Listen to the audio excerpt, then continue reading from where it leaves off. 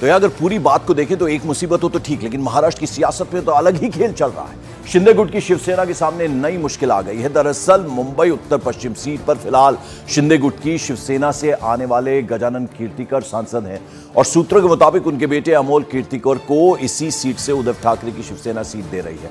अब ऐसे में पिता और बेटा आमने सामने हैं, चुनावी मैदान में आ सकते हैं। दरअसल शिवसेना में बगावत होने के बाद सांसद गजानन कीर्तिकर ने उद्धव गुट को छोड़कर शिंदे गुट का दामन थामा था, लेकिन उनके बेटे अमोल कीर्तिकर उद्धव ठाकरे के साथ ही रह गए। हालांकि उनके पिता गजानन कीर्तिकर ने मन बना लिया है कि अगर उनके बेटे अमोल कीर्तिकर को मुंबई नॉर्थ वेस्ट से टिकट मिल जाता है तो वे शायद ही चुनाव मैदान में उतरेंगे, ये उनकी तरफ से कहा गया। हालांकि बाप और बेटा एक दूसरे के आमने सामने हैं, लेकिन पिता जो हैं अब देखना होगा कि क्या वो अपने बेटे के लिए पीछे हट जाते हैं या फिर नहीं। विवेक हमारे साथ हैं मुंबई से। विवेक, क्या अपडेट इस खबर के बारे में? पंकज, देखिए ये जो नॉर्थ वेस्ट की सीट है वो काफी ज्यादा इंटरेस्टिंग होती जा रही है, क्योंकि देखिए जब शिंदे गुट जब वो अलग हुए थे शिवसेना और उद्धव गुट से, तो बहुत सारे जो नेता हैं वो शिंदे गुट में शामिल हो गए थे। उनमें से एक थे सांसद गजानन कीर्तिकर। गजानन कीर्तिकर नॉर्थ वेस्ट के मौजूदा सांसद हैं और 2019 में उन्होंने शिवसेना की सीट पर चुनाव लड़ा था और जीते भी थे। अब उनके सामने बहुत ज्यादा मुश्किलें पड़ गई हैं, क्योंकि उनके जो बेटे हैं अमोल कीर्तिकर वो शिंदे कैंप में न आकर उन्होंने उद्धव गुट का जो दामन था वो थामा था। अब जानकारी मिल रही है कि उद्धव गुट के जो नेता हैं वो मुंबई नॉर्थ वेस्ट सीट से अमोल कीर्तिकर को टिकट दे सकते हैं और वहां से उम्मीदवार बना सकते हैं। वहीं दूसरी तरफ शिंदे गुट से भी ये खबरें आ रही हैं कि गजानन कीर्तिकर जो है मौजूदा सांसद हैं, वहां पे उस इलाके में उनकी पकड़ अच्छी है, तो उनको भी वहां से टिकट मिल सकती है। अब ये देखिए पूरा ये परिवारवाद हो गए हैं, पिता और बेटे आमने सामने आ गए हैं। लेकिन जानकारी मिल रही है कि गजानन कीर्तिकर ने साफ तौर पर कह दिया है कि अगर उनको बेटे को टिकट मिलती है और उन्हें भी इसी सीट से टिकट मिलती है तो अपने बेटे के सामने वो चुनाव नहीं लड़ेंगे। तो अपने आप में ये एकनाथ शिंदे के लिए बहुत बड़ी बात होगी कि अब गजानन कीर्तिकर अगर मना करते हैं इस सीट से चुनाव लड़ने के लिए बेटे के लिए, तो यहाँ पर उन्हें दूसरे कैंडिडेट को उतारना पड़ेगा। पंकज, बिल्कुल, तो जैसा कि विवेक बता रहे हैं, महायुति में अभी भी कहीं ना कहीं पेच फंसा हुआ है, लेकिन महाराष्ट्र में जो दूसरा गठबंधन है महाविकास आघाड़ी, उसमें भी बात बनते बनते बिगड़ रही है। सोमवार को लगा था कि सीट शेयरिंग पर बात बन गई है और महाआघाड़ी के बड़े नेता सीटों के फॉर्मूले का ऐलान करने वाले हैं, लेकिन अब जो खबर है वो ये कि महाविकास आघाड़ी में शामिल वंचित बहुजन आघाड़ी सिर्फ 4 सीटें मिलने से खुश नहीं है और पार्टी के नेता प्रकाश आंबेडकर अपनी 8 से 10 सीटों की मांग पर लगातार अड़े हुए हैं। ऐसे में प्रकाश आंबेडकर इस गठबंधन से बाहर भी हो सकते हैं। तो यहां पर भी अगर महाआघाड़ी की बात करें तो सब कुछ ठीक नहीं चल रहा है। और दूसरी तरफ शरद पवार गुट के क्लाइड क्रस्टो को दावा है कि गठबंधन में सब कुछ ठीक है, चर्चा चल रही है और प्रकाश आंबेडकर जितनी सीटें मांग रहे हैं उस पर बात हो रही है, जल्दी ही फैसला ले लिया जाएगा।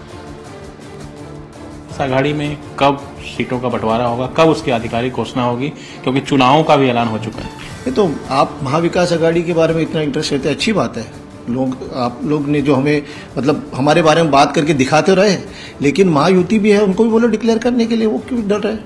हमारा तो काम चालू है, हम डिक्लेयर करेंगे और अभी आ गया समय, 1-2 दिन में हो जाएगा। लेकिन महायुति को भी जाकर सवाल करें ना भाई, कब आप डिक्लेयर करने वाले? आपस में 3 पार्टी जो है वो एकनाथ शिंदे का ग्रुप है, अजीत दादा ग्रुप है और भारतीय जनता पार्टी। भारतीय जनता पार्टी ने तो सीट डिक्लेयर कर दी, बाकी 2 का क्या मतलब? वो ये कहना चाहते कि दोनों का कोई महत्व नहीं है, तो उन्हें भी जाकर पूछिए क्या बात है। वो जब करेंगे करने दीजिए, हम तो हमारा काम कर रहे हैं। लेकिन प्रकाश अम्बेडकर को साथ नहीं ला पा रहे ना। आए थे ना, कल मंच पे थे हमारे साथ में। सीट के बंटवारे पे होगा ना, साथ में डिक्लेयर हो जाएगा।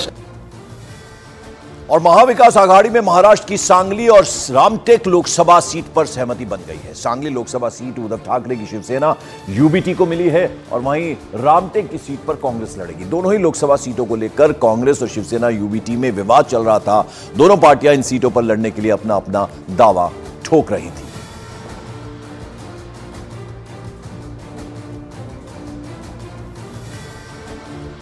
इस बीच कांग्रेस के बालासाहब थोराट ने माना है कि कुछ मतभेद है, लेकिन उन्होंने साथ ही साथ यह भी दावा किया कि 1-2 सीट पर ही प्रॉब्लम है, लेकिन उस पर भी बात बन जाएगी।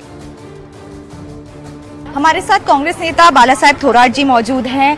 सर, एक दिन पहले भी एमवीए की बैठक हुई थी, तो क्या सीट शेयरिंग की गुत्थी जो है वो सुलझ गई है? क्योंकि संजय राउत ने ये तो थोड़ा सा चलता है कि हमें लगता है कि हम अच्छे रहेंगे, उनको लगता है वो अच्छे रहेंगे, तो वो डिस्कशन से सुलझने वाला प्रश्न है, वो कोई नहीं हो जाएगा। लेकिन क्या कांग्रेस और उद्धव ठाकरे के बीच की जो सेना है उसके बीच में कुछ सीटों को लेकर मतभेद चल रहा है? नहीं, इतना मतभेद नहीं है, वो चर्चा है। तो कब तक सुलझ जाएगी सीट शेयरिंग की गुत्थी? हो जाएगा, कोई है नहीं, उच्च स्तर पर चर्चा चल रही है। लेकिन कब तक डिक्लेयर कर देंगे? 2 दिन में तो सब क्लियर हो जाएगा। सब पार्टीज में चल रहा है वैसा, ये इसमें मतलब 2 दिन बाद महाविकास आघाड़ी की सीट शेयरिंग जो है सबके समक्ष आ जाएगी? नहीं, उसमें कुछ है चर्चा का, कोई है कि कुछ कहा हम लगता है कि हम अच्छे रहेंगे, उनको लगता है वो अच्छे रहेंगे, तो उसमें से हमें डिसीजन लेना पड़ेगा। लेकिन मामला अभी भी फंसा हुआ है, आपका कहना यही है कि आप बोल रहे हैं कि 2 दिन में गुत्थी भी नहीं, कुछ सीटों पर तो है ना, एक हमारी चर्चा का सब्जेक्ट है 1-2 जगह, मतलब 1-2 सीट को लेकर अभी भी पेच फंसे हुए हैं। है, चलता है, ये तो सब पार्टी में चल रहा है।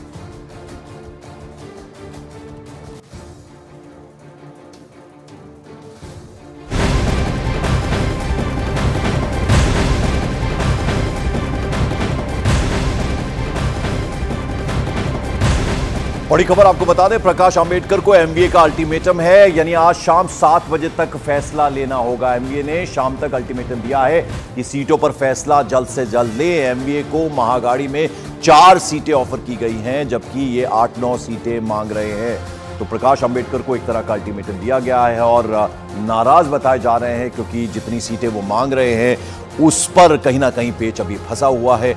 और महागाड़ी में 4 सीटों का ऑफर दिया गया है, जबकि 8 से 9 सीटें प्रकाश अंबेडकर के तरफ से मांगी जा रही, जिसको लेकर लगातार अभी पेच फंसा हुआ है। क्या प्रकाश अंबेडकर बाहर हो सकते हैं महाविकास आघाड़ी से, इसको लेकर अब लगातार बात उठ रही है कहीं ना कहीं। मॉर्निंग प्राइम में अब बड़ी खबर बिहार की पॉलिटिक्स को लेकर है। बिहार एनडीए में सीट बंटवारे का ऐलान हो गया और इस ऐलान के तहत बीजेपी 17, जेडीयू 16 और एलजेपी रामविलास 5 सीटों पर चुनाव लड़ेंगी। जीतन राम मांझी की एचएम और उपेंद्र कुशवाहा की आरएलएसपी 1-1 सीट पर चुनाव लड़ेगी, जबकि पशुपति पारस की पार्टी को एक भी लोकसभा सीट नहीं दी गई है। तो अब बात बनती है एनडीए में कहीं ना कहीं नजर आ रही है, यानी सीटों का ऐलान हो गया है, सीट शेयरिंग का फॉर्मूला जो है तय हो गया है और बीजेपी 17, जेडीयू 16 और रामविलास पासवान की जो पार्टी है, जिसको चिराग पासवान की जो पार्टी है, उनको 5 सीटें दी गई हैं, जबकि हम और उपेंद्र कुशवाहा की पार्टी को 1-1 सीट दी गई है।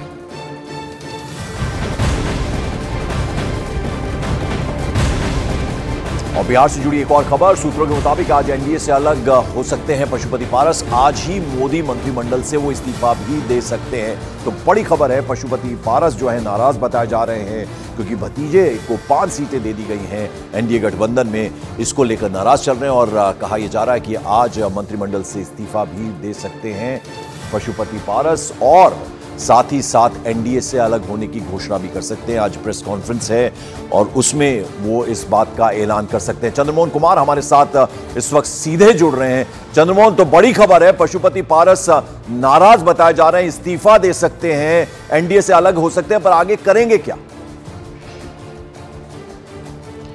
बिल्कुल, देखिए, पशुपति पारस ने साफ तौर पर आज से 4 दिन पहले यह संकेत दिया था प्रेस कॉन्फ्रेंस करके कि जब तक एनडीए में सीटों के बंटवारे का ऐलान नहीं होता है तब तक वो नहीं समझेंगे कि आखिर एनडीए में उनकी कितनी तरजीह उनको मिल रही है। लेकिन कल एनडीए में सीटों का ऐलान हो गया है और पशुपति पारस को एक भी सीट नहीं मिला है। आज 11:30 बजे के करीब दिल्ली में वो प्रेस कॉन्फ्रेंस करने वाले हैं और उसमें वो ऐलान करेंगे कि वो केंद्रीय